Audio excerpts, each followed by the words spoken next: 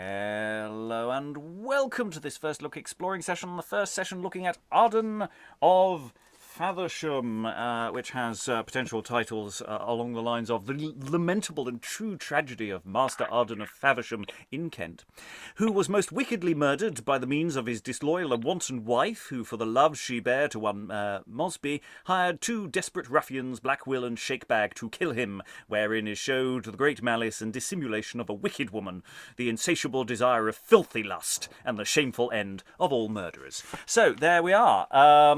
Anyone worrying about spoilers? I think I've covered that. It's true. It's lamentable and true, and that's an important element. It was printed in 1592 and existed some time prior to that, from about 1587 to 1592-ish. So 1590, 1591, maybe, who knows. We are today going to be looking at the first two scenes of the play and speaking our thoughts about it as we go. They're reasonably long scenes as they go, or at least one of them is, so we may pause mid-scene for thoughts and issues. Reading today the part of Arden of Faversham in Kent is Lois Potter, retired academic living in London. Reading his wife Alice today is Briony, actor in the East Midlands. Reading Mosbie today is Longstaffe, retired academic in the northwest of England. Reading Clarke and Will is Rachael Nicole, actor in New Jersey. Reading Greene today is Hi, I'm Eric, and I hope I do this justice based on what I've read. I only read one line of the thing to figure out if he was Scottish or not, or any weird accents, because it terrifies me to sort of stumble upon accents. But yeah. Reading Susan today is Hi, Alan Scott, based in Suffolk. Reading Adam and Shakebag today is Hi, my name's Elizabeth Amisu, and I'm an author based in Romford. Reading Michael today is Hello, I'm Lynn. I'm a college composition teacher. I live in the Northwest United States. Reading Franklin today is Hello, I'm Helen Good. I suppose I'm a retired academic too, living in Yorkshire. And reading Bradshaw today is Aliki, actor, theatrical translator, theatre maker, living in the northwest of England. And I'm your host, Robert Crighton. I will be endeavouring to guide us through this text, hunting for any errors or issues, which we'll be discussing primarily in the chat, but also just generally trying to make terrible, terrible jokes, because that's basically why I'm here. So, without further ado, we're going to dive into scene 1, and we have the entrance of Arden and Franklin speaks first. Arden, cheer up thy spirits and droop no more. My gracious lord, the Duke of Somerset, hath freely given to thee and to thy heirs, by letters patents from his majesty, all the lands of the Abbey of Faversham. Here are the deeds. Sealed and subscribed with his name and the king's, read them and leave this melancholy mood.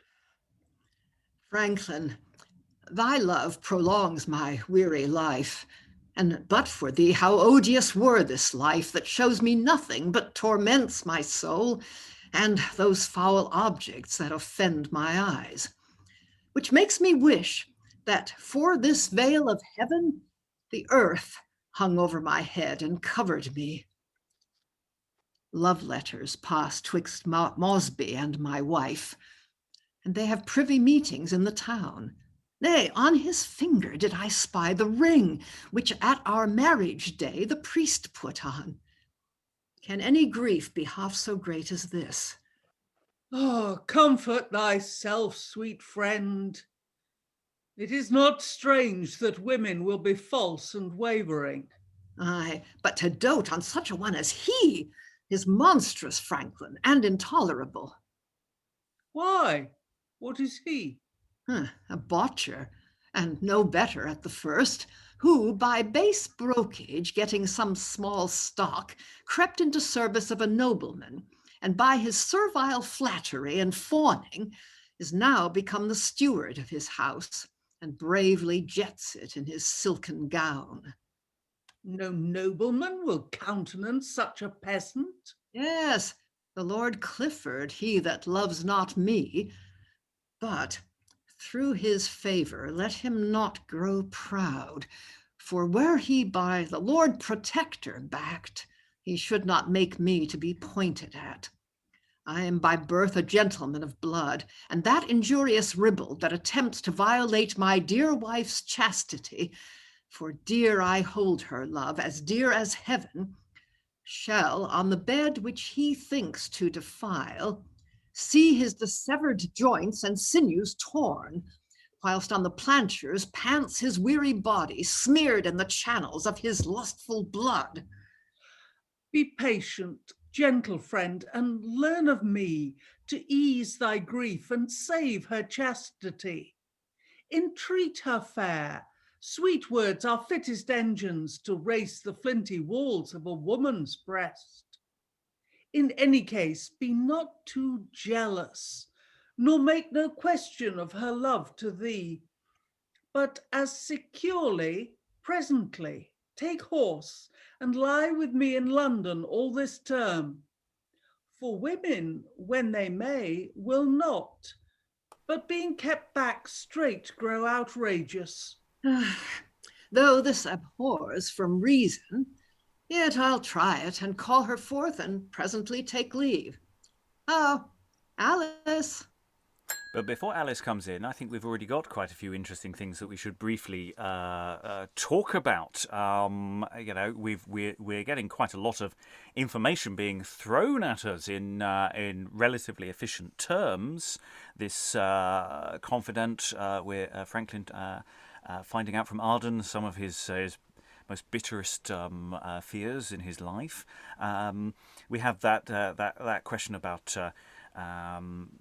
There's interesting questions that are coming up that we've talked about before, about people getting above themselves in station, about how they present themselves in public, the kind of clothes they might be wearing, and we have a word there. What is he? He's a botcher, and we did have a query in the chat about was that an error for butcher? But no, it's someone who is doing some basic piecemeal work of tidying up clothes or something along those lines. Where the being a botcher is something we very much still have today. But yeah, we're getting a real interesting sort of sense of Arden. My initial note is miserable bugger. And I don't know if people have thoughts on that. Briony. He's really, really, really mad and bloodthirsty about this whole situation, but not so much that he's done anything. He's just telling his friend in great detail about what he'd like to do, which is a bit odd. Yeah, we've got so much potential has already been loaded here, and Franklin as the confidant as well. And also deliverer of letters patents, is not inherently a bad year for him. Stephen, then Eric. There's a real sort of motivation problem, isn't there? Because there's all these sort of, one is sort of melancholy. I wish I was sort of under the ground and moping. And then there's these sort of homicidal fantasies. Neither of them really are going to generate any kind of plot, are they? Because he either just kills the guy or he completely puts up with it. And then you have, so the kind of engine of the plot is Franklin going, I know, why don't you come and live in London for ages? All this term, a term, a law term or something like that. It's a good while, isn't it? So it's a really peculiar way of getting all these emotions out, the sort of depression in the victim, but he's a real man, so he feels homicidal too. Good, excellent stuff. We get those very strongly, but in terms of actual motivation of human beings, I really struggle with it. Yeah, Franklin's suggestion is an interesting form of reverse psychology, isn't it? Well, if you go away and leave her to it, it's because it's because you're here and therefore make it harder for her. No, yeah, it's an interesting logic, Eric. Yeah, I was gonna say that it's sort of. Yeah, this is not going to end well. I mean, as we know, but I mean, based on what you told us earlier, but it just kind of feels like, it's going to be okay. It's going to be fine. We don't believe Franklin, do we? Lois. Yeah, I mean, given that we already know what's going to happen to Arden, I was actually surprised, even though I've seen this a couple of times, at that homicidal bit that came out at the beginning. I hadn't remembered that at all. I wonder if they cut it, in fact. It just seems so strange that you think, in fact, at this point, if there's going to be murder, it's going to be the other way around. Yeah, and it's a question of in performance how active that is, or whether that's just a more idle thing that's going on. How is that performed? It's because it is quite a bold opening gambit. Helen. Yeah, I mean, my interest was that it's been placed very firmly in the 6 years of, the first 5 years of Edward VI's reign. And also the Court of Augmentations is still handing out goodies if you know the right people. Mm. He's got a massive patent and apparently there's no mention that he's paid for it. Yeah, so it's placed. This is good news. Yes, this is placed within a then historical context. It's true. It's happened in the past, about 40 years in the past, for the audience of the time, but it's slightly further away, but not as far away as for us. It's set in the 80s. Oh yes, I mean it's good living memory. Yeah. Lynn. Yeah, as I remember about this play, it's based on it's sort of a true crime. It's in Hollinshed, yeah. Yeah, that this murder really did take place. But it's interesting what the spin that the playwright has chosen to put on it. I think a lot of what's going on in this first scene is he's trying, maybe not terribly successfully, to generate sympathy for Arden. He's grieving. He really loves his wife. But he's also manly and wants revenge. So he's sort of grasping at ways to generate sympathy for Arden. And the facts of the case that he omits is that Arden was actually a friend of Alice's father and a rough contemporary of her father. He was about 40 when they got married and she was 16. So, and the subtitle really tries to spin it like she's this evil, wanton woman, when in fact she's a teenager married to a middle-aged man against her will. But we're not gonna talk about that because that's not on the playwright's agenda. Yes, and we've got to be asking ourselves, what is this play doing as opposed to what history was doing, and we can talk about that disparity, but we must also bear in mind that we mustn't necessarily judge this Arden based on the historical Arden. We need to base on what the playwright is doing with the characters here, or make decisions in production where we lean into the history. But we're looking for the options that people can have when it comes to staging this. Anyway, we paused very early because there was actually quite a lot already to sort of bring up. But we are still mid-scene. So a suggestion was made by Franklin to Arden.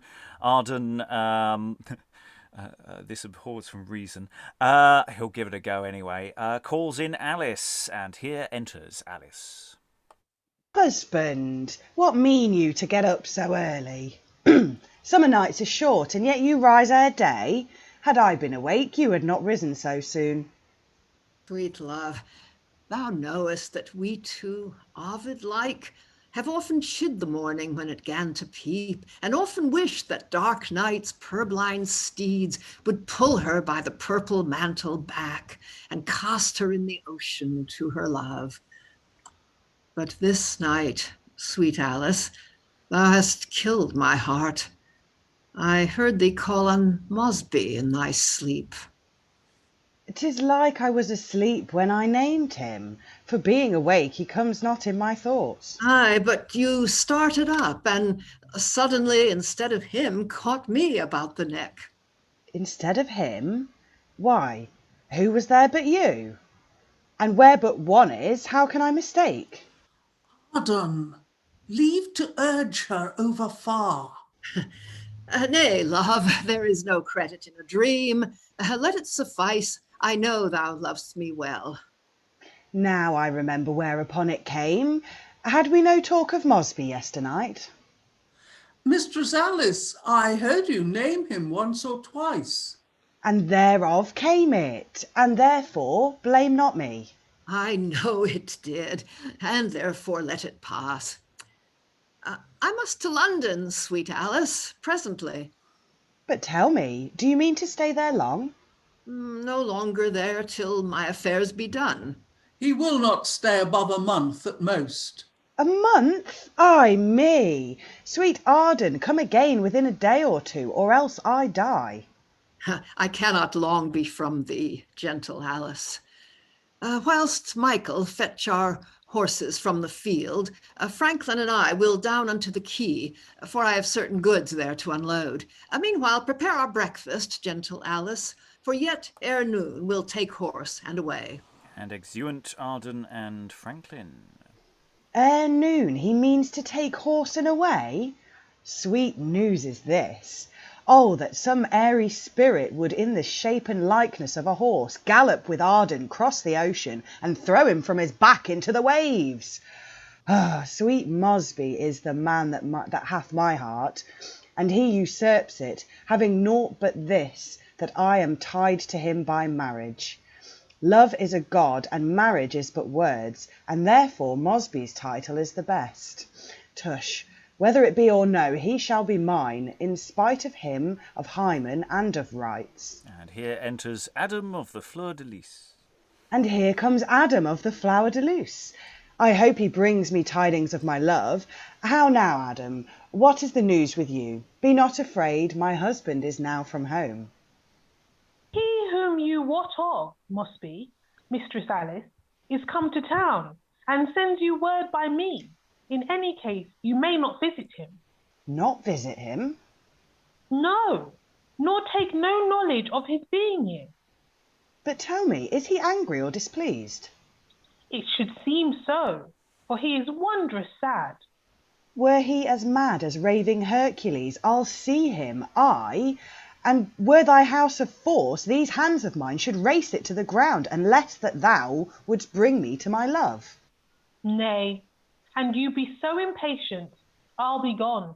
Stay, Adam, stay. Thou wert wont to be my friend. Ask Mosbie how I have incurred his wrath. Bear him from me these pair of silver dice, with which we played for kisses many a time, and when I lost I won, and so did he. Such winning and such losing Jove send me. And bid him, if his love do not decline, to come this morning, but along my door, and as a stranger, but salute me there. This may he do without suspect or fear. I'll tell him what you say, and so farewell. And exit Adam. Do, and one day I'll make amends for all. I know he loves me well, but dares not come, because my husband is so jealous, and these my narrow prying neighbours blab, hinder our meetings when we would confer.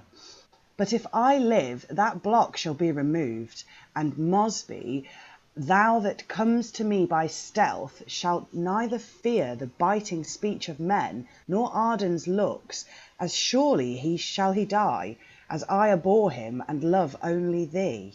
Here enters Michael. How now, Michael, whither are you going? To fetch my master's nag. I hope you'll think on me. Ay, but Michael, see you keep your oath and be as secret as you are resolute. I'll see he shall not live above a week. On that condition, Michael, here's my hand. None shall have Mosbie's sister but thyself. I understand the painter here hard by hath made report that he and Sue is sure. There's no such matter, Michael, believe it not. But he has sent a dagger sticking in a heart with a verse or two stolen from a painted cloth, the which I hear the wench keeps in her chest. Well, let her keep it. I shall find a fellow that can both write and read and make rhyme too. And if I do, well, I say no more. I'll send from London such a taunting letter as she shall eat the heart he sent with salt and fling the dagger at the painter's head. What needs all this? I say that's Susan's thine. Why then, I say that I will kill my master, or anything that you will have me do. But, Michael, see you do it cunningly. I say I should be took. I'll ne'er confess that you know anything, and Susan, being a maid, may beg me from the gallows of the sheriff. Trust not to that, Michael. You cannot tell me. I have seen it, but mistress, tell her whether I live or die, I'll make her more worth than 20 painters can. For I will rid mine elder brother away, and then the farm of Bolton is mine own. And who would not venture upon a house and land when he may have it for a downright blow? And here enters Mosbie. Yonder comes Mosbie. Michael, get thee gone, and let not him know. Michael, get thee gone, and let not him nor any know thy drifts. And exit Michael, but we're going to pause there before we get to Mosbie, because we're getting these various interactions where we're passing from one person to another, interesting different character elements. Michael being co-opted into a murder plot because he wants to get with Susan, who's Alice's maid, but also Mosbie's sister. So there's all sorts of interesting promises being made here to enable Michael to do some murdering. Briony. You say he's been co-opted into a murder, but I don't know, it seems to me that he volunteers himself instantly in the conversation. I don't know, unless I've... Well, we can assume there's probably been some it does say about a secret oath. Yeah, I missed that line. Yeah, and I don't know what the negotiations are like. I'll see, he shall not live a week. Yeah, I don't know what the negotiate. When we say he's co-opted, I'm not saying he's unwilling. It's just some agreements being made here. Helen, my confidence in Michael is limited. Yeah. Explain why. Well, he doesn't seem to realise just quite how serious his proposals are. And he seems to have a great deal of faith in that somehow the fact that there's an unmarried woman in the case will save him from the gallows for capital murder. I think he may be wrong there. Yeah, and this might be a recurring theme, not to rush too far ahead, that the people co-opted for murdering may not be the best choices for the job. I mean, this is just possibly might be a thing. Any thoughts on? I'll go to Lois then, Stephen. Just that Michael seems to have great confidence in his ability to get away with these things. I mean, if he's prepared to murder his elder brother to get the land, and it doesn't strike him that somebody might think that that's exactly what he'd done. I don't know. Yeah. Stephen. Muted at the moment, so... Michael's also very confident that he will be able to send a letter, presumably, from London that is going to be taunting, but is going to be such a good taunt that it's going to completely change somebody's mind about him romantically. Just to add to that point. But what I wanted to say was I was fascinated by the dream stuff earlier on, because it seemed to me, I mean, I know we sort of construct these narratives in our heads, don't we? But there's a dream here is described in sort of completely naturalistic psychological terms rather than having some great supernatural import. I mean, I'm kind of used to dreams being almost like prophetic visions or something like that, and this is a startlingly domestic scene, which is just a couple of people in bed and somebody says the word Mosbie and then snuggles up to somebody. And I wonder if this is, perhaps something indicative of the way the play is going to go. Because we could have, blood and thunder and all sorts of, ominous things going on, but it's a remarkably kind of intimate scene. And also it shows that, when people are talking about dreams normally, they think, well, dreams are just random things that happen to come from something somebody said the day before or something like that, which seems to me to be something we've not come across too much when we've been looking at the plays. And I did find that very interesting, the way in which it was completely part of the natural world. Yeah, no, I really like that. And, I also particularly like what happens in that scene is that Franklin says to Arden, this is what we're going to do, here's the plan. And the moment Alice comes in, he goes, you've been talking about men. And Franklin has to go, no, remember, there was a plan? Remember the plan? And he goes, oh, yeah, okay. And pulls back, and it's speaking to Arden's slight intemperance there, and character. Helen. Yes, I rather like the Valentine or whatever it is that the painter has created for Susan. A dagger sticking in a heart, with a verse or two stolen from a painted cloth, which would be the hanging in the room for those who couldn't afford tapestry. And Michael is got a slight problem in copying this or bettering it because he's illiterate. So he's going to have to find someone to create his rhyme, and including the taunting letter, which he'll have to find someone to write it for him. Stephen. Yeah, he clearly doesn't understand literacy, does he? In the sense, the people get these magic things and then they make them think things, and that's. So that explains it, really. I completely missed that. But yeah, if he's not only illiterate, but he's got no idea about what literacy does and how it works. So he's really got a pretty big disconnect. And this scene we've also had, we get into the mind of Alice a bit. We do actually get this mini aside, and. It's interesting that Mosbie, the man that has your heart. Arden is a usurper because it's tied by marriage, because marriage isn't as important as love. And that's interesting when we've looked in the past at plays where love is this sort of curse, not not necessarily a blessing, not necessarily a good thing, and just the way the play is perhaps. Sort of hinting at that sort of element there from there, and then Adam comes in and talks Mosbie stuff. Helen. Yes, she doesn't do delayed gratification very well, because even though her husband is on the point of setting forth, within a few hours, she still wants the lover to come round so that she can see him. And it's not just for the fear, the logistics of her husband. It's also people are watching, the neighbours. What will those blabbing neighbours? What are you going to do about them?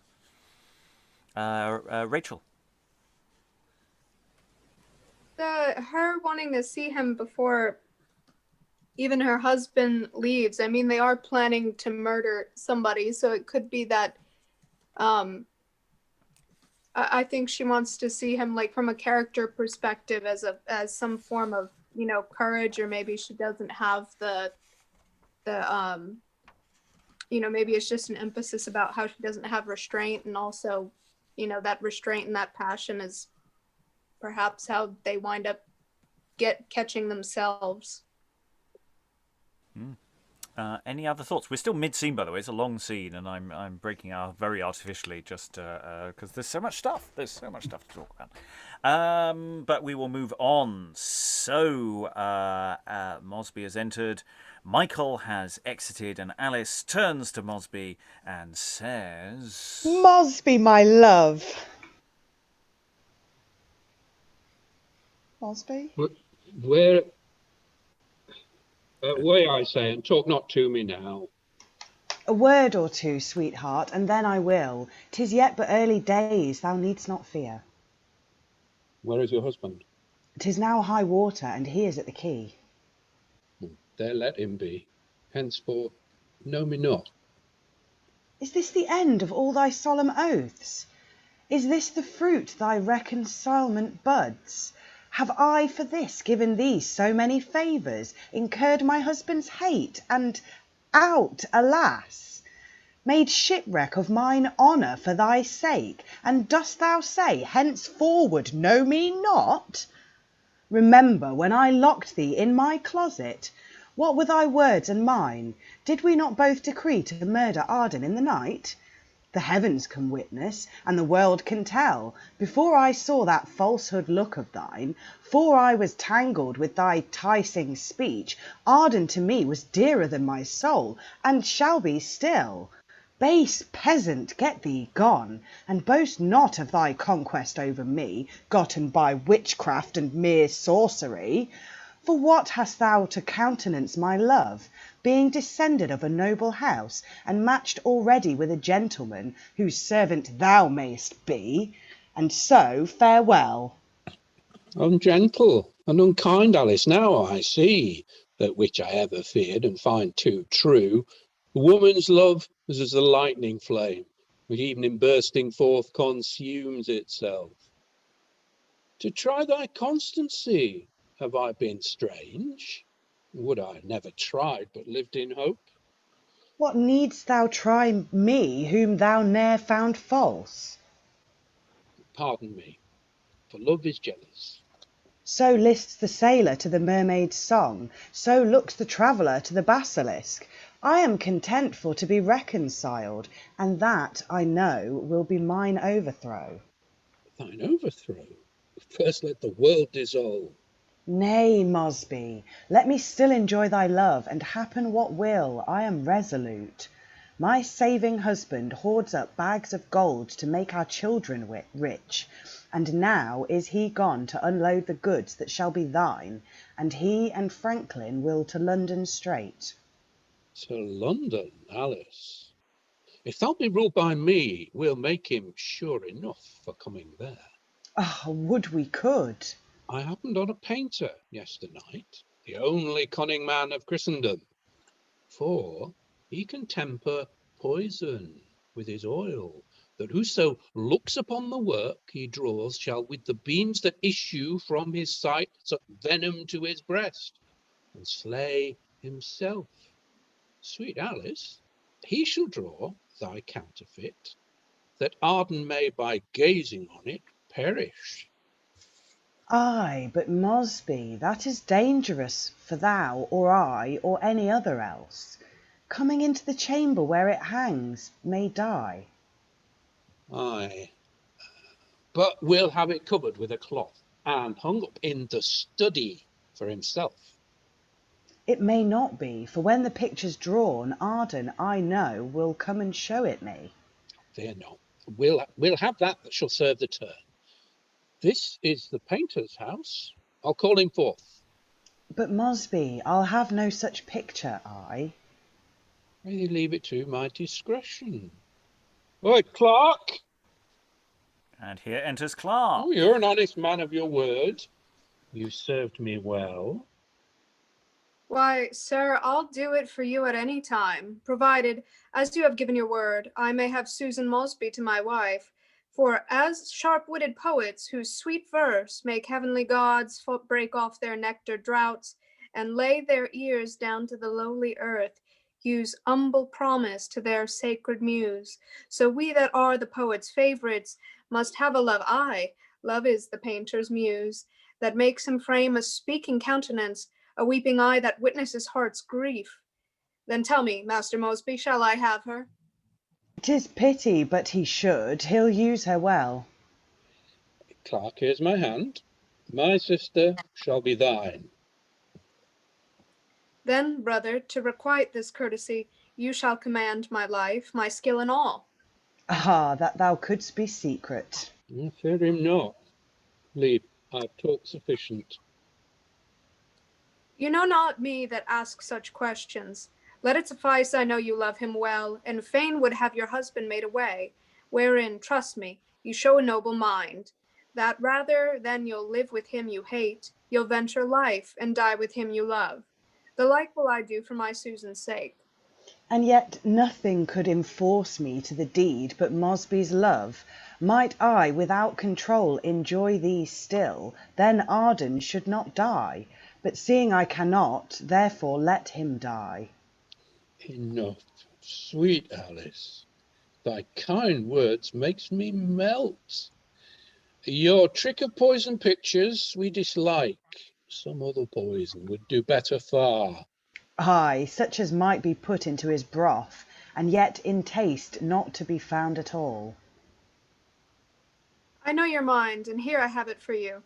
Put but a dram of this in his drink, or any kind of broth that he shall eat, and he shall die within an hour after. As I am a gentlewoman, Clarke, next day thou and Susan shall be married. And I'll make her dowry more than I'll talk of, Clarke. Yonder's your husband. Mosbie, I'll be gone. And here enters Arden and Franklin. In good time, see where my husband comes. Master Mosbie, ask him the question yourself. And the Clarke, the painter, exits. But I think before we get into dialogue with Arden again, there's so much here. I mean, Mosbie just going, yeah, maybe all this stuff we've been talking about murdering, maybe I'm less keen on you now. And she really turns on him, and then it's, oh, this is to try thy constancy I have been strange. Yeah, right, mate. Yeah, absolutely. I entirely believe that. And there's this terrible, terrible painting murder plot that Alice just goes, no, there are so many ways this can go horribly wrong that we all die. I've been to plays. I know that this kind of complicated setup is not going to work. Could we just poison him like normal people instead? That would be better. Yeah, but then he gets really quite. You know, there's clearly been a lot of sexy times between Alice and Mosbie. You know, this is consummated. This is your pucker affair going on here. It's quite steamy in places. It's really complicated which ways it's going as well. It's yeah, I'm liking this. I'm liking this a lot. Thoughts on the room, Rachael?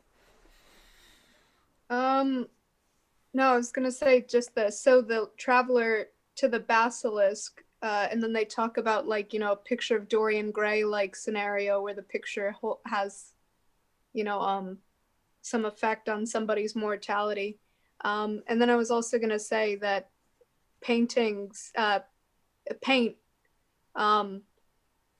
Turner, William Turner, that guy, his father actually died because he was the guy that mixed his paint, and the white oil paint for a long time had lead in it, so it could be that they're an attempted lead poisoning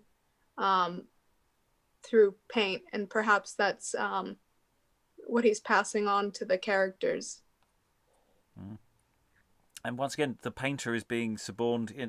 Susan is this bargaining chip. Everybody who's going to be a murderer is doing it for Susan. And how many other offers for Susan's hand have been passed around here? There's something really odd going on there. Lois, then Briony. Yeah. I'd say this is a great indictment of the whole thing about romantic love. I mean, everybody's doing the most appalling things and saying, but it's okay because we're all madly in love. I mean, the other thing is just that I wouldn't want anyone to move to Faversham. It seems the entire population of the town is murderous. Or at least open to offers. Briony, then Stephen.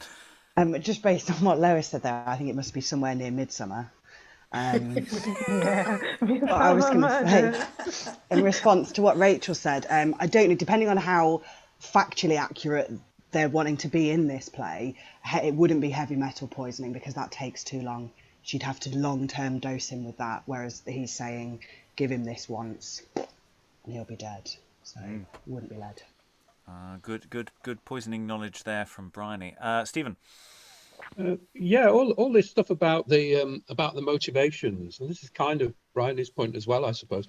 Reminds me of when I used to teach Agatha Christie, and the basic point, with Agatha Christie is that she has no interest whatsoever in the motivations of the bad people. What matters is that it's 7 deadly sins type motivation. It's sort of, it's envy or it's greed or whatever, but that's it. And I'm getting a strong vibe off this, really. The reason that none of these things seem to make sense is actually we're not that interested in why they're doing it. The whole point of it is going to be the commission of the crime and probably some kind of reconstruction of it afterwards, rather than the circumstances leading up to it. It's supposed to be one of the big differences between, pre and post-war detective fiction, is that post-war people actually started wondering a little bit more about why people should do this kind of stuff. I suppose that's basically just an expansion of the point about it being a midsummer. Really, they're just there to do the stuff. And the fact that they don't make sense to themselves or to the audience is maybe not the kind of handicap that we might think it is. Well, they've got enough motivation. There's sex and money. That's enough. I don't think you need to go much further than that. Well, yes, that's the point. That's the point. It's 7 deadly sins stuff. Helen. Nobody's talking about duty or remorse or heaven or God's commandments or anything like that. And what she is proposing was in fact petty treason. It's a worse crime than murder, is a woman killing her husband. Lynn. Yeah, just to reiterate what Helen was just observing is that the Michael and Alice and Mosbie and Clarke seem to have no moral center whatsoever. Like, just the moral considerations just don't seem to be there, or the religious ones at all. Yeah. And but there are these nice little details. I'm liking the possibility that Alice's and Mosbie's relationship is not quite fully balanced. That there is a greater interest in him than he has in her, and there's that sort of suggestion from Mosbie that he's got what he wants earlier, and that actually he's cooling off a bit. Hence the fact that the murder plot he's suggesting is really stupid. And maybe he's hoping it will backfire and kill everybody, because then he can just walk away and he'll be fine. I may be going too far on this point, Briony. Yeah, I don't think Alice is quite balanced, bless her. But I think she's a wonderful feminist role model thus far. No. Sorry, no. I'm joking. I am joking. Eric. I'm actually wondering if this is what Clytemnestra did before murdering Agamemnon, and it's like, do you tell everyone? Is this the plan? Sorry. You suggesting that there's a whole bit of the Oresteia where it's actually that's been skipped, where Clytemnestra's trying to hire people, and it's just we'll do it ourselves, because you just can't get the help. Can't rely on anyone anymore. No. God, yeah, you should have seen some of the Scooby-Doo efforts that were going on earlier. Anyway, we will go on into the scene, because the scene is still going on. So whilst Clarke the painter has exited, Arden and Franklin, having gone for their little constitutional, have returned, and Alice has poked Mosbie to go and speak to Master Arden, which we will now enact. Master Arden, being at London yesternight, the abbey lands whereof you are now possessed were offered me on some occasion by Greene, one of St. Anthony Ager's men. I pray you, sir, tell me, are not the lands yours? Hath any other interest herein? Mosbie, that question will decide anon. Alice, make ready my breakfast. I must hence. Exit Alice. As for the lands, Mosbie, they are mine, by letters patents from His Majesty. But I must have a mandate for my wife. They say you seek to rob me of her love. Villain, what makest thou in her company? She's no companion for so base a groom. Arden, I thought not on her, I came to thee, but rather than I pocket up this wrong... What will you do, sir? Revenge it on the proudest of you both. Then Arden draws forth Mosbie's sword. Oh, sirrah, you may not wear a sword. The statute makes against artificers. I warrant that I do. Now, use your bodkin, your Spanish needle, and your pressing iron, for this shall go with me. And mark my words, you good man botcher, 'tis to you I speak. The next time that I take thee near my house, instead of legs, I'll make thee crawl on stumps. Master Arden, you have injured me. I do appeal to God and to the world. Why? Canst thou deny thou wert a botcher once? Measure me what I am, not what I was. Why, what art thou now, but a velvet drudge, a cheating steward and base-minded peasant? Arden, now thou hast belched and vomited the rancorous venom of thy mist-swollen heart, hear me but speak. As I intend to live with God and his elected saints in heaven, I never meant more to solicit her, and that she knows, and all the world shall see. I loved her once. Sweet Arden, pardon me, I could not choose. Her beauty fired my heart. But time hath quenched these over-raging coals, and Arden, though I now frequent thy house, 'tis for my sister's sake, her waiting maid, not for hers. Mayst thou enjoy her long. Hellfire and wrathful vengeance light on me if I dishonour her or injure thee. Mosbie, with these thy protestations the deadly hatred of my heart's appeased, and thou and I'll be friends, if this prove true. As for the base terms I gave thee late, forget them, Mosbie. I had cause to speak when all the knights and gentlemen of Kent made common table talk of her and thee. Who lives that is not touched with slanderous tongues? Then, Mosbie, to eschew the speech of men, upon whose general brute all honour hangs, forbear his house. Forbear it? Nay, rather frequent it more. The world shall see that I distrust her not. To warn him on the sudden from my house were to confirm the rumour that is grown.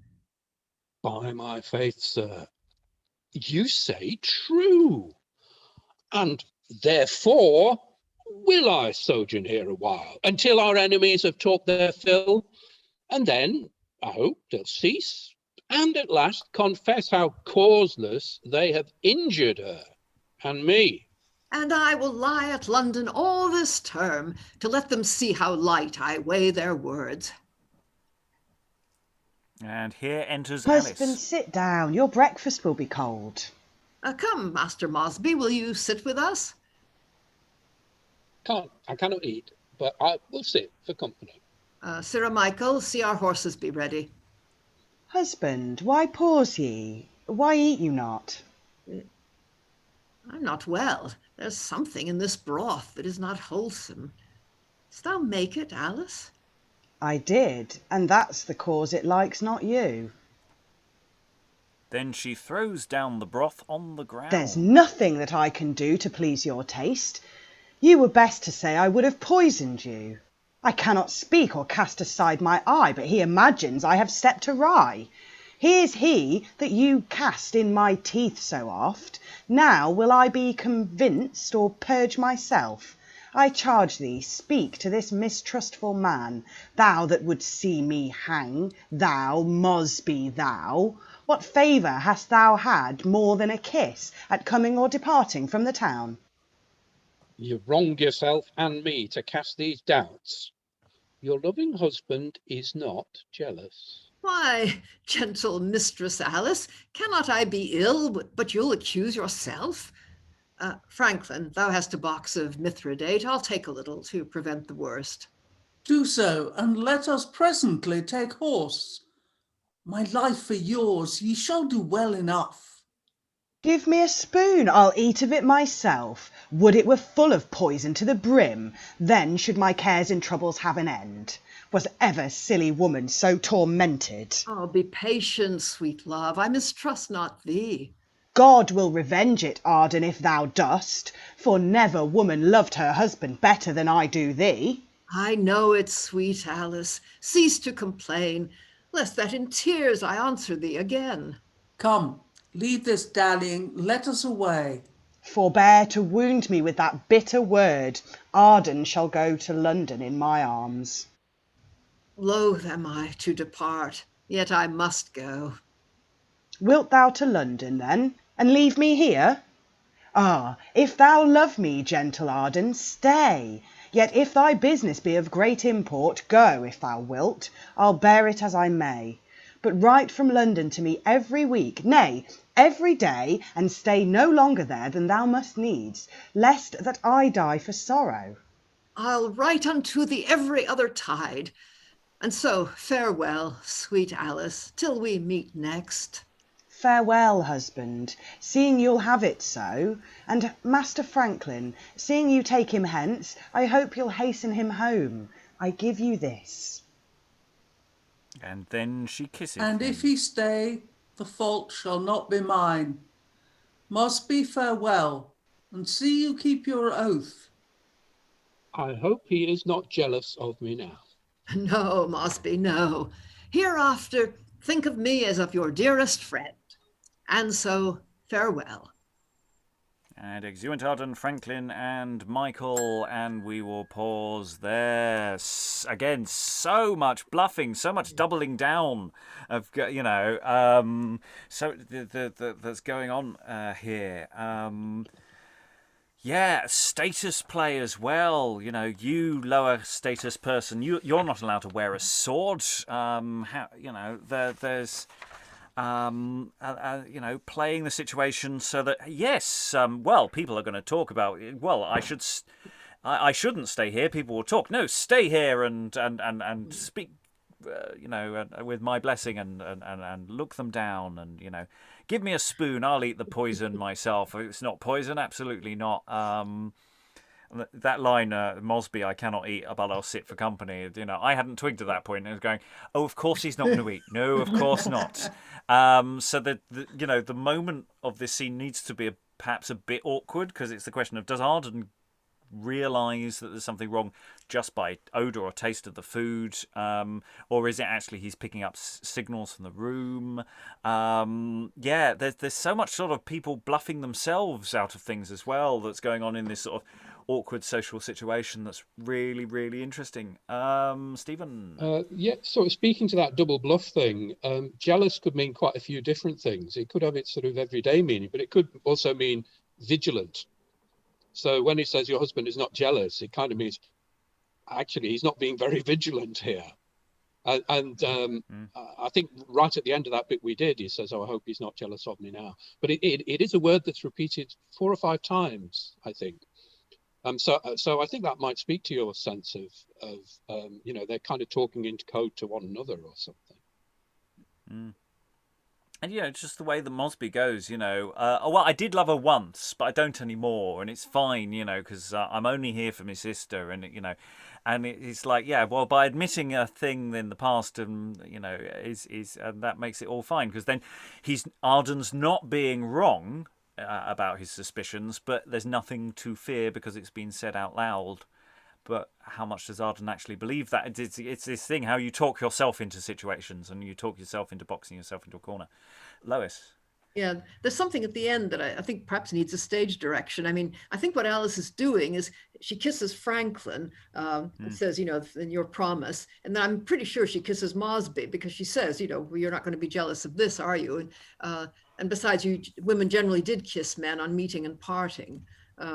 Anyway, I think it's possible that she's kissing Franklin as a kind of excuse to kiss other people. The other thing I wondered about, though, Franklin seems to be totally inconsistent. I mean, he was saying early on, you know, be moderate and don't act jealous around your wife. And now he's just seconding Arden with, you know, more accusations of Mosby and so on. He seems to have lost track completely of whatever the plan was. And then towards the end of the scene, he's just going, let's go now, because the end of this whole scene is becoming awkward. Maybe I don't want to be involved in what the hell's psychodrama is going on here. I wouldn't get involved for anything. Helen. The question of the Abbey lands. I'm not sure whether Mosby brings them up as an excuse for his visit, or whether he has really been deprived of them by Faversham, by Arden. I mean, he says that he'd been promised them, but Arden has got the patent, so he's obviously got them. But I wasn't sure whether they were a convenient excuse for him being there, or whether this is a real grudge. Yeah, this play is full of bits where I'm going, do these people do they mean this? Is this what they're really thinking? You don't, you know, we in the plays that we've been doing up to this period, we're into the early 1590s generally. We haven't been thinking about whether people lie to themselves or to each other in sort of general dialogue so much. It does occasionally happen, but there's a sense that sometimes people are lying to themselves. Are they sometimes lying to each other? How much can we trust anything anyone says in this play? Lois. Yeah. There's a fascinating pattern. I mean, the basic story is two men fighting over one woman. Then we've got two men who want to marry Susan. Then we've got two men who've been promised the Abbey lands. You know, it just seems like the notion of kind of double dealing is throughout. Okay, we need to gather more evidence, however, because we're still in the middle of scene one. It's a flowing series of conversations. So we've had the exit of Arden, Franklin and Michael, so Alice and Mosby are left alone on stage once again. I'm glad he's gone. He was about to stay, but did you mark me then how I break off? Aye, Alice, it was cunningly performed. What a villain is that painter Clarke? Was it not a goodly poison that he gave? Why, he's as well now as he was before. It should have been some fine confection that might have given the broth some dainty taste. This powder was too gross and populous. But had he eaten but 3 spoonfuls more, then had he died, and our love continued. Why, so it shall, Mosby, albeit he live. It is impossible. But I've sworn never hereafter to solicit thee, or whilst he lives once more importune thee. Thou shalt not need, I will importune thee. What, shall an oath make thee forsake my love? As if I have not sworn as much myself, and given my hand unto him in the church? Tush, Mosby, oaths are words, and words is wind, and wind is mutable. Then I conclude 'tis childishness to stand upon an oath. Well proved, Mistress Alice. Yet by your leave I'll keep mine unbroken whilst he lives. Ay, do, and spare not, his time is but short. For if thou be'st as resolute as I, we'll have him murdered as he walks the streets in London. Many alehouse ruffians keep, which, as I hear, will murder men for gold. They shall be soundly feed to pay him home. Here enters Greene. Alice, what's he that comes yonder? Knowest thou him? Mosby be gone. I hope 'tis one that comes to put in practice our intended drifts. Exit Mosby.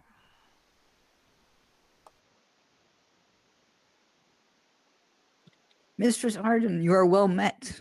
I am sorry that your husband is from home, whereas my proposed journey was to him.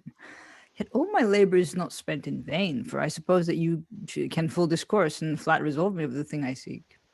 What is it, Master Greene? If that I may or can with safety, I will answer you.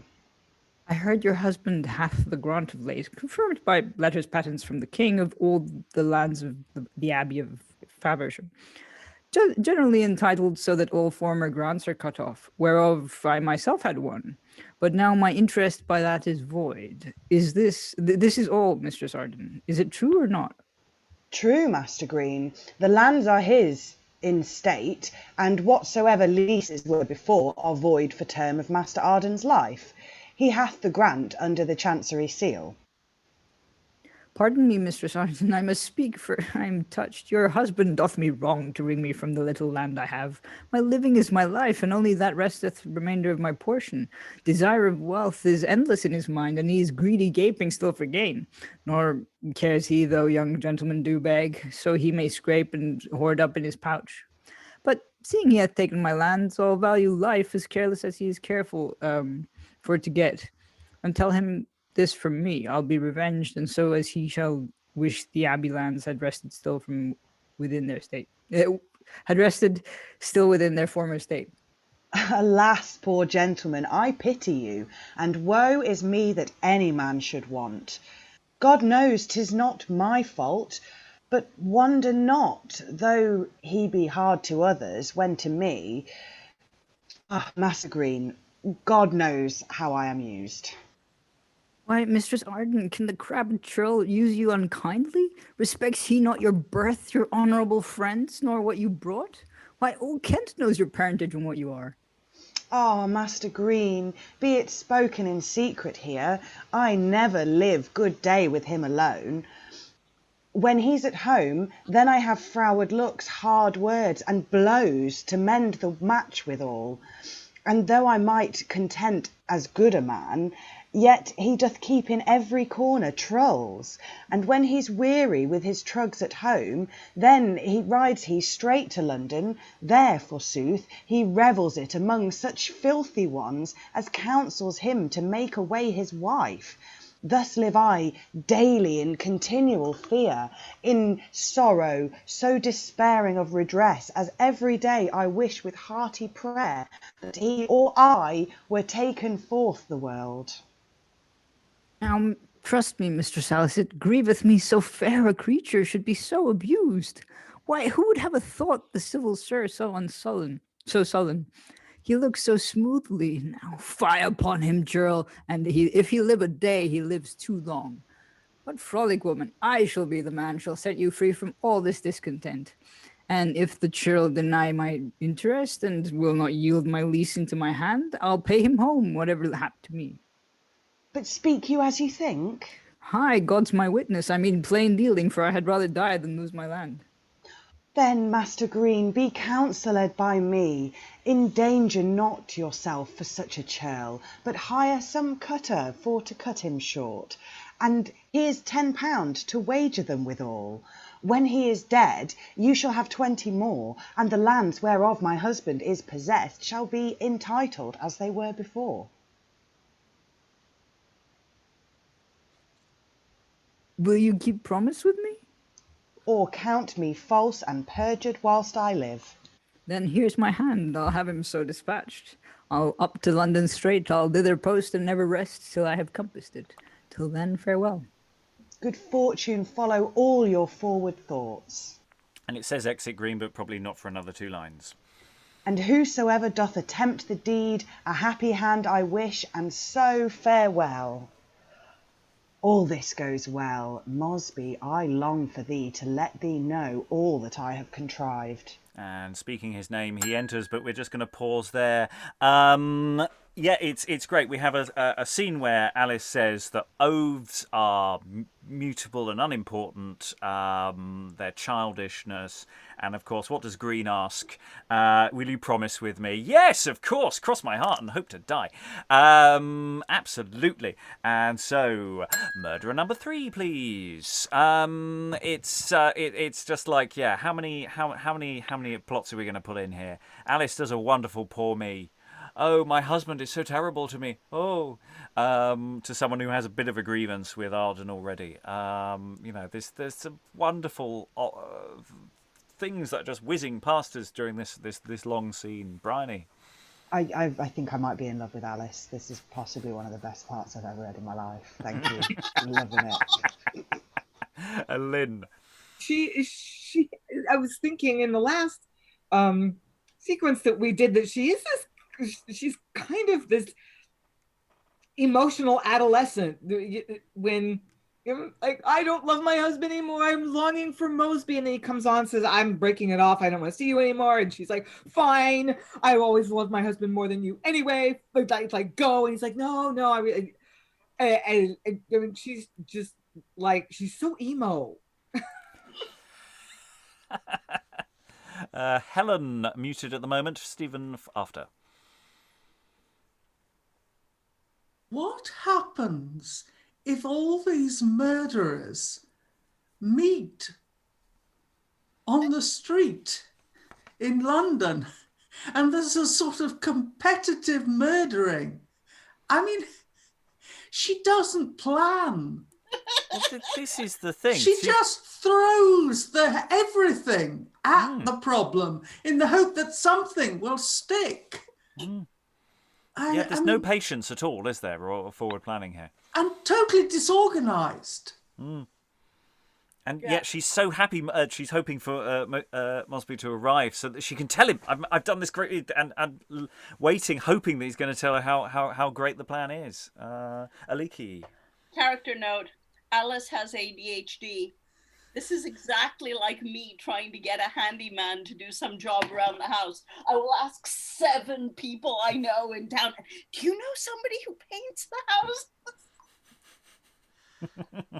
And they all turned up at the same time. Stephen.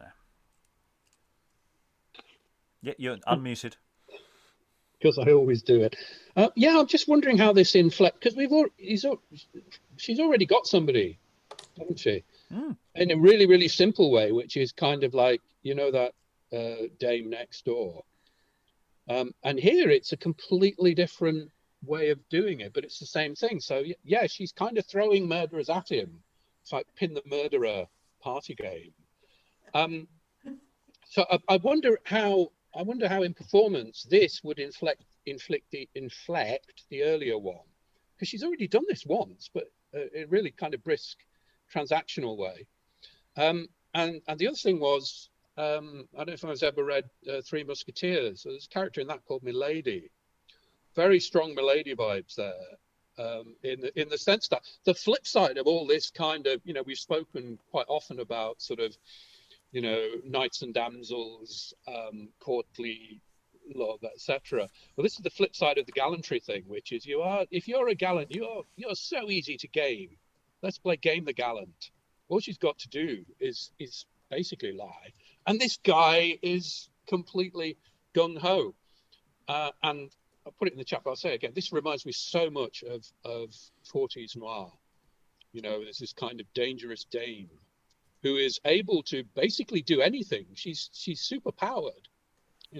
She's sort of super villain, but she's super powered, and that's what makes her so interesting. Yes, it's the way that she can just do whatever needs to be done. She can pull a power out of the hat in order to make that happen. Yes, the game here is very much watching Alice create more murder attempts, because more murder attempts just, can it all be kept in the air?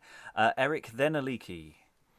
I think there's a part of me going, yeah, this is just like totally hedging, ensuring that everyone is going to do what she says, because obviously she's asked, she discussed it with Mosbie, and he just kind of goes, no. I'm not. I'm like sort of. He's kind of wavering. So maybe she's just like throwing it out there so that to make sure that he's gonna die. I don't know. Maybe that's just me. Aliki. Yeah, I'm going to take slight issue with Stephen's characterization of a film noir femme fatale, because they're all quite cool and collected, and this woman is anything but cool. She's a flipping idiot. She's like, oh yes, let's have another murder. I know, this is what we need. And I don't know, she's not collected, and she's not in control. But she's certainly murderous. Yeah. Though I could believe her mother being Mildred Pierce. Briony. I had sort of said in the chat, I think she's a sociopath, but I think psychopath's probably a bit more on the nose because of how disorganized and impulsive she definitely is. But I love that she just turns on a pinhead. You know, I love the rant that she had at Mosbie. That was fantastic, just out of nowhere, like, oh, I never liked you anyway. Brilliant, love it. And then 2 lines later, she's in love with him again because it's just great. Lovely. Okay, we need to move on because we will finish the scene. There's not much. There's another unit of action in the scene to go. So Alice has been left alone, is really pleased with what she's planned here, hopes that Mosbie will enter. And indeed, here enters Mosbie and the painter Clarke, who we had a poor Amazon review for his product earlier. They were really unimpressed with the poison. It was just it was obviously a bit yuck. You wouldn't want to feed it to anyone. So anyway, here enters Mosbie and Clarke. Now, Alice, what's the news? Such as will content thee well, sweetheart. Well, let them pass a while. Tell me, Alice, how have you dealt and tempered with my sister? What, will she have my neighbour Clarke, or no? What, Master Mosbie? Let him woo himself. Think you that maids look not for fair words? Go to her, Clarke. She's all alone within. Michael, my man, is clean out of her books. I thank you, Mistress Arden. I will go in, and if fair Susan and I make agree, you shall command me to the utmost, as far as either goods or life may stretch. And exit Clarke. Now, Alice, let's hear thy news. They be so good that I must laugh for joy before I can begin to tell my tale. Oh, let's hear them, that I may laugh for company. This morning, Master Greene, Dick Greene, I mean, from whom my husband had the abbey land, came hither railing for to know the truth, whether my husband had the lands by grant. I told him all, whereat he stormed amain and swore he would cry quittance with the churl, and if he did deny his interest, stab him, whatsoever did befall himself. Whenas I saw his choler thus to rise, I wetted on the gentleman with words, and to conclude, Mosbie, at last we grew to composition for my husband's death. I gave him £10 for to hire knaves, by some device to make away the churl. When he is dead, he should have 20 more, and repossess his former lands again. On this we agreed, and he is ridden straight to London for to bring his death about. Call you this good news? Aye, sweetheart, be they not? For cheerful news to hear the churl were dead. Trust me, Alice, I take it passing ill you would be so forgetful of our state to make recount of it to every groom. What, to count each stranger with our drifts, chiefly in the case of murder? 'Tis the way to make it open unto Arden's self, and bring thyself and me to ruin both. Forewarned, forearmed, who threats his enemy lends him a sword to guard himself withal. I did it for the best. Well, seeing 'tis done, cheerly let it pass. You know this, Greene. Is he not religious? A man, I guess, of great devotion. He is. Then, sweet Alice, let it pass. I have a drift will quiet all, whatever is amiss. Here enters Clarke and Susan. How now, Clarke? Have you found me false? Did I not plead the matter hard for you? You did. And what? Will be a match? A match, if faith, sir. Aye, the day is mine. The painter lays his colours to the life. His pencil draws no shadows in his love. Susan is mine. You make her blush. Well, sister, is it Clarke must be the man? Resteth in your grant. Some words are past, and haply we be grown unto a match, if you be willing that it shall be so. Oh, Master Clarke, resteth at my grant. You see, my sister's yet at my dispose. But so you grant me one thing, I shall ask. I am content, my sister shall be yours. What is it, Master Mosbie? I do remember once in secret talk you told me how you could compound by art a crucifix, empoison it, that whoso look upon it should wax blind, and with the scent be stifled, that ere long he should die poisoned that did view it well.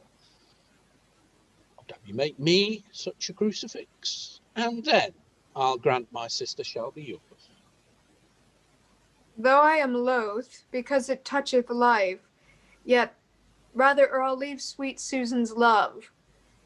I'll do it, and with all haste I may. But for whom is it? Leave that to us. Why, Clarke, is it possible that you should paint and draw it out yourself, the colours being baleful and empoisoned, and no ways prejudice yourself withal? Yeah, well questioned, Alice. Clarke, how answer you that? Very easily. I'll tell you straight. How I do work of these empoisoned drugs, I fasten on my spectacles so close, as nothing can any way offend my sight. Then, as I put a leaf within my nose, so put I rhubarb to avoid the smell, and softly as another work I paint. 'Tis very well. Against when shall I have it? Within this 10 days. 'Twill serve the turn. Now, Alice, let's in, see what cheer you keep. I hope, now Master Arden is from home, you'll give me leave to play your husband's part. Mosbie, you know who's master of my heart. He well may be the master of the house. And they exit. So it's nice to hear from Clarke that he does have appropriate PPE for his murderous activities there. It's a really good question. So you're saying you can paint things that will kill anyone looking at it. How do you paint it then? How does that work? It's like someone just went, hang on, there's a plot hole here. Let's lampshade it by just stating it and not putting a particularly convincing thing is. I don't recall it being a crucifix the first time round. It seems to have gone from being a painting to being a crucifix, so that's an interesting thing. Yeah, and Mosbie's not impressed with the news imparted here. It's stop telling everyone you want to murder your husband. That's so weird. Lynn. Yeah, I was going to remark on the fact that it was Clarke's deadly work of art was originally a portrait of Alice, and it has been substituted with a crucifix. That's weird. I don't know what to make of it, but it certainly got my attention.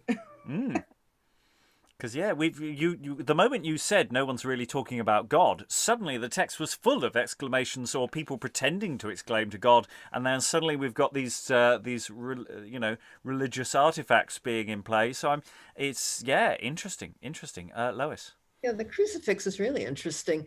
I mean, she asks whether the painter's a religious man, but the question really is whether Arden is. Otherwise, why would he want this thing? And also, we're living under in the early years of Edward VI's reign, which is a very, very heavily Protestant period, hence anti-idolatry.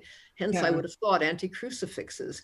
So maybe Arden's of an old Catholic family and doesn't want to go back, and maybe that keeps it secret. I don't know. I'm speculating there. Helen, then Lynn. Yeah, we're still at the stage where popish ornaments, as they came to be called, were disapproved of, but they weren't regarded as treasonous. Mm-hmm. I mean, you've got to get into the 1570s before that happens, after the papal bull. Mm-hmm. At this stage, they could be disapproved of, mm-hmm. but they weren't seen as wrong in a civil sense. Lynn, then Stephen. Actually, it's not Arden who's religious, it's Dick Greene who's a religious man. Yeah. So I guess Mosbie's plan, he's like, I have a shift, or I have a something, I have a drift. So now that we've spilled the beans to Greene, we're going to make him a crucifix, and we're going to kill Greene with this crucifix. And I'm guessing that's where this is going. I don't think so. Gosh. Well, yeah, they don't say who it's for, do they? No, but Greene is the one they characterize as being devout, not Arden. Yeah, I know it is. That's what I was puzzled by. Oh gosh, well, so murderers. So it's organising the murder of the murderer, potential murderer, to cover your tracks. Well, we've been there before in quite a few plays, actually. What do you do with a murderer? You get somebody else to murder them. I mean, it's murderers all the way down. Then, I mean, where do you stop, Stephen? Well, sort of speak to Helen's point.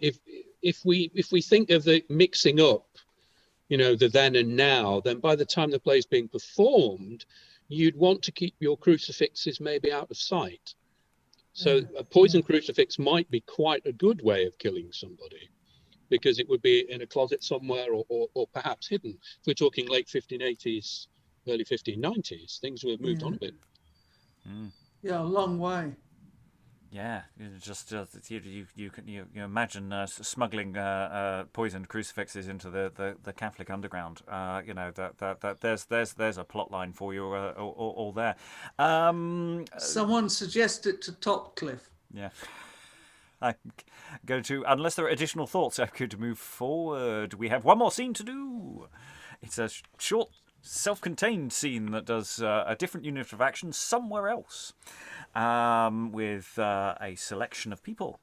So, scene 2, enter Greene and Bradshaw. See you them that comes yonder, Master Greene.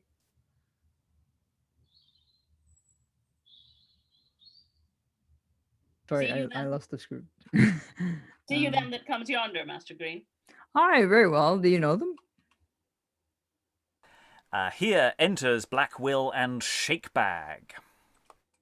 The one I know not, but he seems a knave, chiefly for bearing the other company. For such a slave, so vile a rogue as he lives not again upon the earth. Black Will is his name? I tell you, Master Greene, at Boulogne, he and I were fellow soldiers. He played such pranks as all the camp feared him for his villainy. I warrant you, he bears so bad a mind that for a crown he'll murder any man.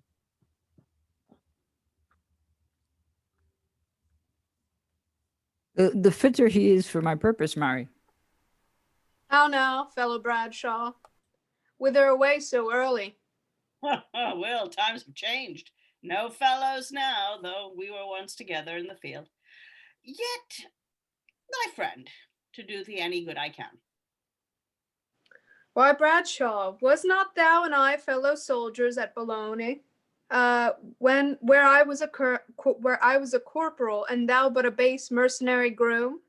No fellows now, because you are a goldsmith and have a little plate in your shop. You were glad to call me fellow Will, and with a curtsy to the earth, one snatch, good corporal, when I stole the half ox from John the victualler, and domineered with it amongst good fellows in one night. I will. Those days are past with me. Aye, but they be not passed with me, for I keep that same honorable mind still. Good neighbor Bradshaw, you are too proud to be my fellow, but were it not that I see more company coming down the hill, I would be fellows with you once more, and share crowns with you too. But let that pass, and tell me whither you go. To London, Will, about a piece of service wherein haply thou mayst pleasure me. What is it? Of late, Lord Shaney lost some plate, which one did bring, and sold it at my shop, saying he served Sir Anthony Cook. A search was made. The plate was found with me, and I am bound to answer at the size. Now, Lord Shaney solemnly vows if law will serve him, he'll hang me for his plate. Now, I'm going to London upon hope to find the fellow. Now, Will, I know thou art acquainted with such companions. Well, what manner of man was he? A lean-faced, writhen knave, hawk-nosed and very hollow-eyed, with mighty furrows in his stormy brows. Long hair down his shoulders curled. His chin was bare, but on his upper lip a machado, which he wound about his ear. What apparel had he? A watchet satin doublet, all to torn, the inner side did bear the greater show. A pair of threadbare velvet hose, seam rent, a worsted stocking rent above the shoe, a livery cloak, but all the lace was off. It was bad, but yet it served to hide the plate. Sirrah Shakebag, canst thou remember since we trolled the bowl at Sittingburg, where I broke the tapster's head of the lion with a cudgel stick? Aye, very well, Will. Why, it was with the money that the plate was sold for. Sirrah Bradshaw, what wilt thou give him that can tell thee who sold thy plate? Ooh, I pray thee, good Will. Why, 'twas one Jack Fitton. He's now in Newgate for stealing a horse, and shall be arraigned the next size. Why, then let Lord Shaney seek Jack Fitton forth, for I'll back and tell him who robbed him of his plate. This cheers my heart. Master Greene, I'll leave you, for I must to the Isle of Sheppey with speed. Before you go, let me entreat you to carry this letter to Mistress Arden of Faversham and humbly recommend me to herself. That will I, Master Greene, and so farewell. Here, Will, there's a crown for thy good news. Exit Bradshaw. Farewell, Bradshaw. I'll drink no water for thy sake whilst this lasts. Now, gentlemen, shall we have your company to London? Nay, stay, sirs. A little more our needs must use your help, and in a matter of great consequence, wherein if you'll be secret and profound, I'll give you 20 angels for your pains. How? 20 angels? Give my fellow George Shakebag and me 20 angels, and if thou'lt have thy own father slain, that thou mayst inherit his land, will kill him. Aye, thy mother, thy sister, thy brother, or all thy kin. Well, this Arden of Faversham hath highly wronged me about the Abbey land, that no revenge but death shall serve the turn. Will you two kill him? Here's the angels down, and I will lay the platform of his death. Plat me no platforms. Give me the money, and I'll stab him as he stands pissing against a wall, but I'll kill him. Where is he? He's now at London, in Aldersgate Street. He's dead as if he had been condemned by an Act of Parliament, if once Black Will and I swear his death. Well, here is £20, and when he is dead, you shall have 20 more. My fingers itches to be at the peasant. Ah, that I might be set at work thus through the year, and that murder would grow to an occupation that a man might follow without danger of law. Zounds, I warrant I should be warden of the company. Come, let us be going, and we'll bait at Rochester, where I'll give thee a gallon of sack to hand sell the match withal. And they exit. What an interesting depiction of life here. Bradshaw, who's, on the surface a respectable goldsmith, but clearly seems to be a fence of some description here. Meeting up with some, and there's interesting status questions, isn't it? Bradshaw, who's on the surface has elevated himself in life, going to some of his mates who are still on a much lower rung, but they're all sort of still in the same trade. Various backs and forths about what can you tell me about this thing that passed through my shop that I'm going to be in trouble with. Can you give me some information to sort that out? Yes, I can. All dealt with very nicely, and then we get all the options, don't we? Who would you like killed? Well, we can kill anyone. We can do the fathers, mothers, sister, brother. We can do all of that. That's easily done. I thought Greene was going to pay everything up in advance. I was very glad when he just put a down payment down and held some back, because I thought you will not see them again if you put all the money down straight away. Lois, then Briony. Yeah, I'm wondering if I got this right. It looked to me as if Will and Shakebag were having a private conference about where they got the money that time in the pub. And in fact, they got it from this plate. In other words, they stole it. And then they're actually giving a false name to Bradshaw as the thief. Is that right? That's not how I read it, but I don't know. Thoughts from the room on that? They said they were drinking the plate, so it makes sense that it was them who had it. I hadn't quite understood that it was a false name. I thought it was, we were helping X drink his profits. Now we will turn X into our friend Bradshaw. I've forgotten what his name was.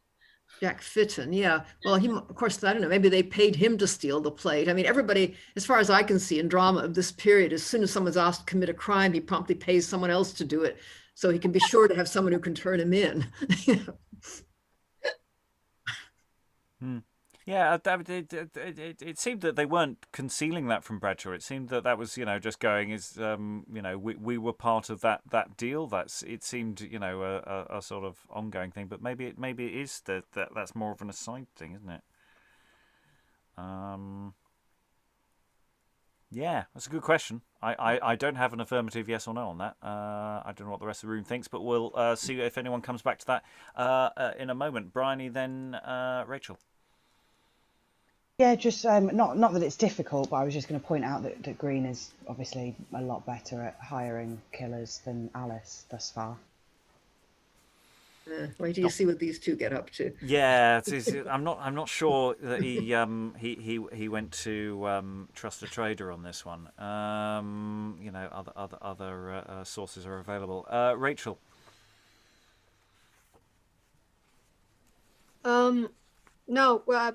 But yeah, what Lois was saying before, I agree with that it sounds like Will and Shakebag had something to do with this, and they're just what do you call it?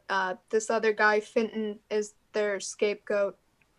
Yeah, and that I also thought that there was a vague threat from Will towards Bradshaw that if he was here alone, and other people hadn't come across him, that he was threatening to rob him. Yeah, there's something funny, or maybe a fight. I don't know, that bit about exchanging crowns. Yeah. Yeah, it's just that it says Helen. I'll go to you while I'm cogitating. You're muted at the moment. Thanks. Bradshaw is in some danger because the plate can be traced back to his shop, which it would appear to me he is attempting to have a legitimate business. He moved on. I mean, his life is in danger. But poor old Fitton is also, I mean, he's a horse thief, isn't he? Yes. He's up at the next assize for stealing a horse. Well, they're not going to do any more to him if they pin the plate on him. It's that question. Is that Sirrah Shakebag, I very well will, wipes with the money, the plate was sold? Is that effectively a separate conversation, or is that something that Bradshaw overhears directly? It does seem possible that that is a separate thing that Bradshaw doesn't overhear, and I think that seems reasonable. Rachael? Maybe Finton is the guy that physically actually stole it, and then Will is the guy that transfers it over to Bradshaw to sell the stolen goods. I'm a bit confused on this, but Will does say at one point that he would be warden of the company, so maybe he's got his own little selling stolen goods and putting it into other people's hands. A transferring type business. Well, the thing is, if it passed through the hands of Will and Shakebag, they can't have taken it themselves to Bradshaw to sell, to pawn or sell on, because he would have remembered it. So maybe Finton is the person in between that they dealt with, and that they're not pretending that they weren't involved in it all at all, but maybe they are. So that could be the chain of custody, as it were. Lois, then Aliki. Yeah, two things. I mean, that bit about being the warden of the company, he's actually saying if there was something like a guild of murderers, then he would rise to the top very quickly. That's what he's talking about there. And Stephen's got a note in the chat about the moustache that's wound about his ear. I think we got that in the Jew of Malta. I think Pilia Borsa had a moustache like that he was winding about his ear. Aliki. So I was going to say that about the warden of the company, but Lois got it first. I think it's one of these things where the mustache goes straight into the sideburns rather than physically a mustache. I was picturing. And that's what I envision. You know what I mean? I'll see if I can find a conversational device. I mean, it would be great if it was like that, if you kind of waxed the ends. Yeah, the idea that murderers turn up with a massive waxed moustache. I mean, we're creating an aesthetic here, aren't we? I'm a respectable citizen. Helen. Yes, I like the Bradshaw's description of the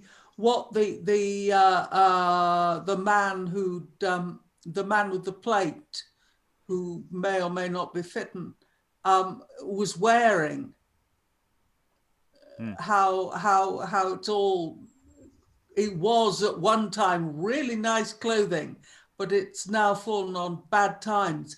My take on it is that Will and Shakebag know who it was who had the plate, because they met him in the pub were able to share in the drinking to his good fortune. So that they met him in the pub thieves commonly frequent.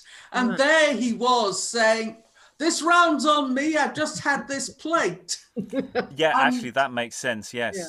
Yes, that works, because that makes it a much less complicated series of transactions, doesn't it? Yeah, I mean, that it was something that, I remember that, because we had a drink off it. And because then it takes away the idea that they might be trying to explicitly do one over on Bradshaw, because they were old acquaintances, and even if they've changed statuses a bit, that doesn't mean that it's they seem to have an interesting relationship going on. They good old still days. Remember the half ox. Yeah, good old days. Good old days. But yeah. Yeah, so that's the end of scene 2. Much shorter, nice. So we've got 3 murder plots. The third murder plot has effectively 3 main actors in it now. So we've Greene has outsourced. This is an outsourced murder now. So I suppose that creates a certain level of. I suppose you could say there's a 4th one, in the sense that there's potentially a murder plot of Greene for the outsourced murder. It's all got very, very confused, and we're only 2 scenes in. Admittedly, the first scene was massive, but what can you do? Helen? Greene isn't taking a commission. Well, he's hoping to get all those lands, Yeah, but they're speculative, aren't they? I mean, I'm very surprised that he's handing over the whole amount. But I say, initially, the dialogue sounded like he just handed all the money over, and I just thought, you can't do that, mate. You can't do that in this kind of transaction. In my script, I've just got, don't pay in advance. But no, that doesn't happen. So we're about a third of the way through the play, despite the fact we've only done 2 scenes. We've got a lot of stuff to play with. Final thoughts around the room. It's not a very even text. Some of you have had a very, very decent session. Some of you only got 3 lines. I apologise for that. I endeavour to make sure you do better the next day if you lose out on one. Final thoughts around the room. I'll go to Stephen first. Any final thoughts about Arden so far? Muted at present, so we will not hear your dulcet tones. Back to Minoir again. I think it's all about atmosphere and vibe. I think this sort of very short scene introduces a kind of a more general murkiness. So it's ratcheting the suspense up a little bit. So I'm just kind of enjoying that side of it and not worrying my ugly little head about plot details quite so much, because I can sort of hear the 40s melodrama soundtrack as it's going. This really does seem to me to be mostly about mood. So that's the way I'm taking it at the moment. I'm trying not to nitpick too much. Oh well, it's all grist for the mill. Helen, do you think it's? Do you agree with that kind of film noir-esque, or are you feeling something different? Not really. I'm not. I don't know that much about film noir, except I must have seen 1 or 2. But I mean, for me, I love it. It's got a lot of pace. It's got a lot of really, really good period detail, especially the low-life stuff. It's got an amazing character in Alice, who I actually know someone very like her, though not murdery.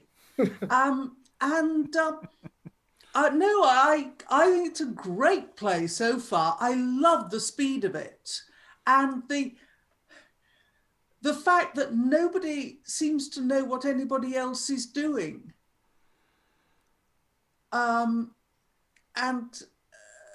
Because nobody seems to have a sensible plan, it's all going to go absolutely chaotic, and I'm going to really enjoy it. Excellent. I mean, I hate to spoil you, Helen, but actually, no, it all goes very smoothly and everything's fine. Right. He lied. Okay, Lynn, any final thoughts?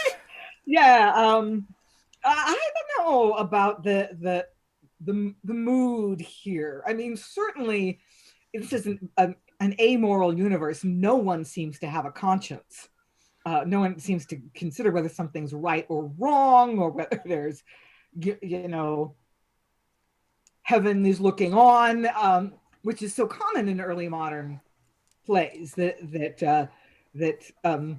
there is sort of ultimate judgment, and most people seem to believe that, or at least the play world seems to promote that idea. And here it's just like, yeah, I'll kill him. Yeah, I hawked some stolen valuables. Like nobody has any kind of morals. So I mean, that's kind of dark, but there's also this sort of Looney Tunes feel about it. I feel like if it had a score, it wouldn't be a film noir score. It would be cartoon music. So I think it's dark and it's murky, but it's also sort of absurd at the same time. Yes. Elizabeth, any final thoughts? Yeah, I agree with Stephen, I really thought it mirrors the noir aspect.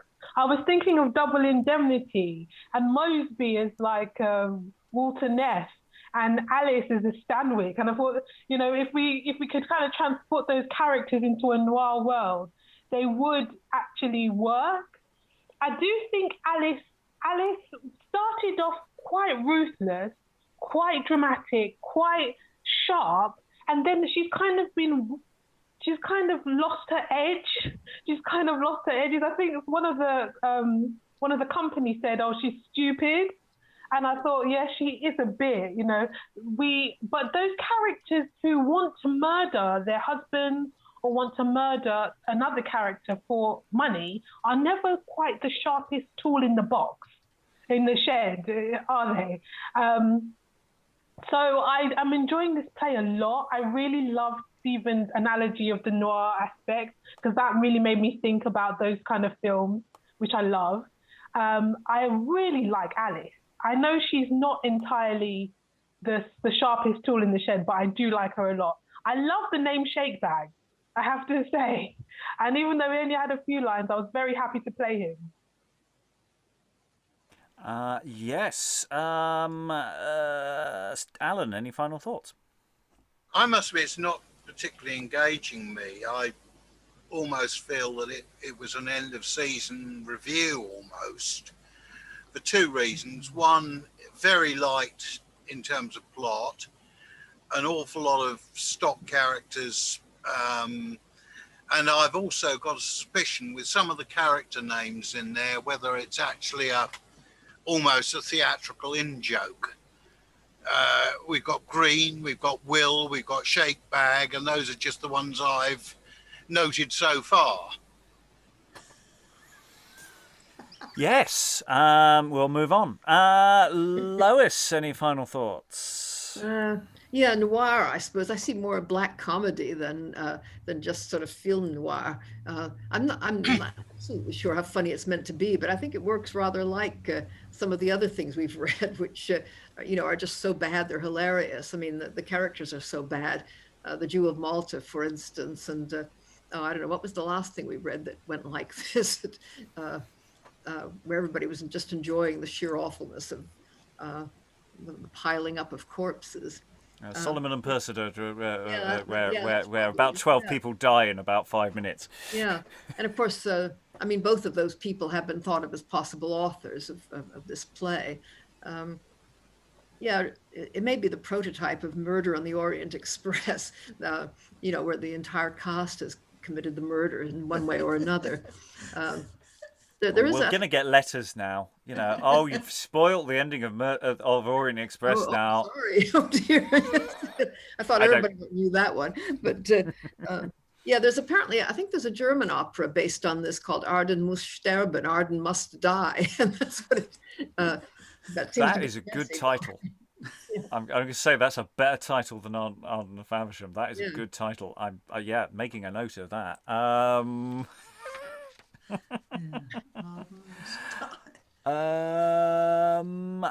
Eric, final thoughts? Yeah, it seems very sort of comedic for a play that is like a lamentable and true tragedy kind of thing. I don't know, it just feels very like I want to know what happens next because it looks like fun. Yes, I'm curious. Excellent. Rachael, any final thoughts? Yeah, it sounds like a comedy so far. And I had a fun time in chat with everybody going, I wonder what poison it is, and putting every poison that they knew in chat. Yes, there was quite a lot of poison talk going on behind the scenes here, and which will not be passed on to the authorities. Briony, any final thoughts? Yes, I purposely kept quiet on that poison chat because I feel like I've revealed enough already there. I don't know if it's because I read her and I love her or what. I don't think Alice is stupid per se. I think she is very driven and very impulsive. I think she has got something going on in that head of hers which is not quite the same as everybody else. I'm really interested. And then the fact that it is, maybe very spuriously based in fact, but the fact that it is based in fact as well is quite intriguing to me. And I will probably be doing a lot of research on the true story once we have finished reading this one, because I've just found it really fascinating. Yes, there are additional materials that should be available for this text that we can dig into more in the future when we do more digging. Aliki, any final thoughts? Yeah, I too sort of saw it more as comic, although I don't think it was intended to be comic. The thing that kept coming to my mind is the comedy Four Lions, and that everybody who is stupid is also evil, or everybody who is malicious is also not terribly good at being malicious.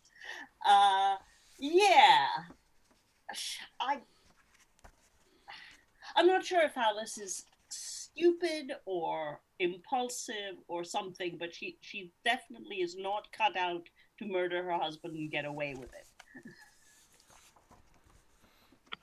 Fair enough. And there is additional anecdotal, because this does have a good stage history, that we will have anecdotal data as to how audiences respond to it, which we may discuss at the end of these sessions. But at this stage, we will stick to our own speculations and hopes and dreams and responses, because I hate to lead the witnesses too much, though I probably already have. All that remains is to thank all the wonderful readers for what they've done today. Thank you very much, everyone, and goodbye. I'll stab him as he stands pissing against a wall.